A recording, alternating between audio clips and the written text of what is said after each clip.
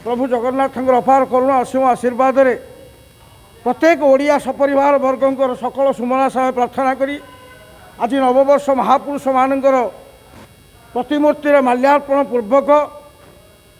आमर लोककला लोक साहित्य जहाँ हूँ लोक संस्कृति संकीर्तन तार महासमावेश होगा एवं से समावेश पर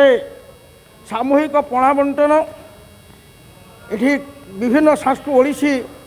लोककला ताकू आधार करी एठी सांस्कृतिक कार्यक्रम ओडिशार एई लोककला क्षेत्र में जो माने पारदर्शिता लाभ करिसंती सेमानक भितरु 10 जन प्रतिभा को नववर्ष सुयोग्य ओडिया सम्मान रे संबर्धित करिबा एवं संकीर्तन को एक लोककलार मान्यता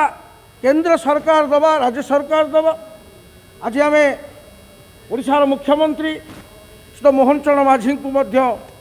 समस्ते सबु क्षेत्र प्रतिष्ठित कलाकार माने आज संबर्धित करी ए ओडिया अस्मिता आधारित ये दाबी मध्य करिसंती। तेणु प्रश्न होची आज आम भितर जो ओडियात्व ओडिया गौदारी जागृत होईची ताहा जो गोलामी मानसिकतार प्रभावित होइकरी जो माने पथहुड़ा से पथहुड़ा मानक पई आज जो संकीर्तन अभियान सांस्कृतिक चेतना से एक आह्वान।